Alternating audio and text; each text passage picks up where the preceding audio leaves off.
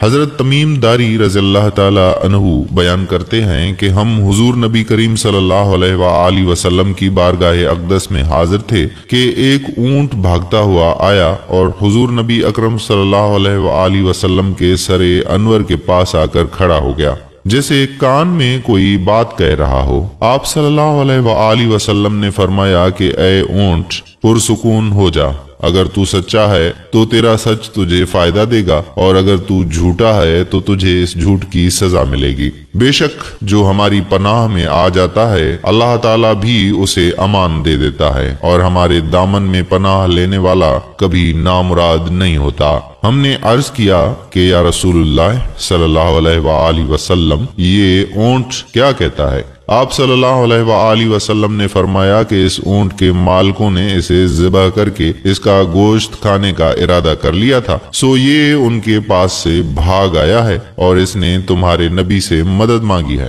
ہم ابھی باہم اسی گفتگو میں مشغول تھے کہ اس اونٹ کے مالک بھاگتے ہوئے آئے۔ جب اونٹ نے ان کو دیکھا تو وہ دوبارہ حضور نبی اکرم صلی اللہ علیہ وآلہ وسلم کے سر مبارک کے قریب ہو گیا اور آپ صلی اللہ علیہ وآلہ وسلم کے پیچھے چھپنے لگا۔ ان مالکوں نے عرض کیا کہ یا رسول اللہ صلی اللہ علیہ وآلہ وسلم، ہمارا یہ اونٹ 3 دن سے ہمارے پاس سے بھاگا ہوا ہے اور آج یہ ہمیں آپ کی خدمت میں ملا ہے۔ اس پر آپ صلی اللہ علیہ وآلہ وسلم نے فرمایا کہ یہ میرے سامنے شکایت کر رہا ہے، یہ کہتا ہے کہ یہ تمہارے پاس کئی سال تک پلا بڑھا، جب موسم گرما آتا تو تم گھاس اور چارے والے علاقوں کی طرف اس پر سوار ہو کر جاتے، اور جب موسم سرما آتا تو اسی پر سوار ہو کر گرم علاقوں کی جانب کوچ کرتے۔ اب جب کہ یہ اس خستہ حالی کی عمر کو پہنچ گیا ہے تو تم نے اسے ذبح کر کے اس کا گوشت کھا لینے کا منصوبہ بنا لیا ہے۔ انہوں نے عرض کیا کہ خدا کی قسم یا رسول اللہ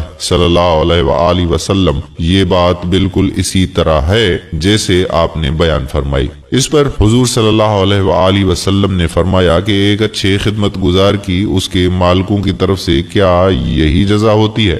وہ عرض گزار ہوئے یا رسول اللہ صلی اللہ علیہ وآلہ وسلم، اب ہم نہ اسے بیچیں گے اور نہ ہی اسے ذبح کریں گے۔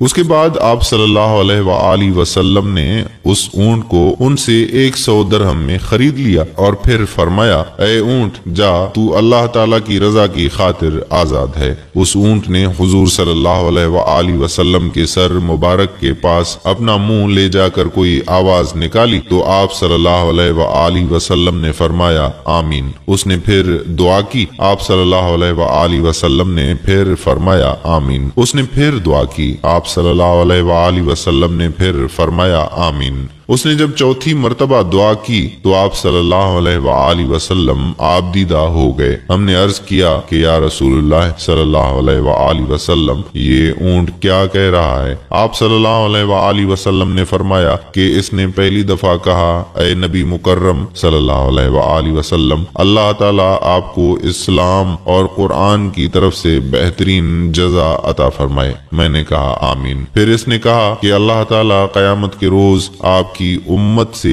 اسی طرح خوف کو دور فرمائے جس طرح آپ نے مجھ سے خوف کو دور فرمایا ہے۔ میں نے کہا آمین۔ پھر اس نے دعا کی کہ اللہ تعالیٰ دشمنوں سے آپ کی امت کے خون کو اسی طرح محفوظ رکھے جس طرح آپ نے میرا خون محفوظ فرمایا۔ اس پر بھی میں نے کہا آمین۔ پھر اس نے کہا کہ اللہ تعالیٰ ان کے درمیان جنگ و جدال پیدا نہ ہونے دے۔ یہ سن کر مجھے رونا آ گیا، کیونکہ یہی دعائیں میں نے بھی اپنے رب سے مانگی تھیں، تو اس نے پہلی 3 تو قبول فرما لی لیکن اس آخری دعا سے منع فرما دیا۔ جبرائیل علیہ السلام نے مجھے اللہ تعالیٰ کی طرف سے خبر دی ہے کہ میری یہ امت آپس میں تلوار زنی سے فنا ہوگی، جو کچھ ہونے والا ہے قلم اسے لکھ چکا ہے۔ آج ہم دیکھ رہے ہیں کہ مسلمان اس طرح ایک دوسرے کے خون کے پیاسے ہیں، ایک دوسرے کے جانی دشمن بنے ہوئے ہیں۔ کوئی کافر بھی مسلمان کا اتنا دشمن نہیں، مسلمان کا ہے۔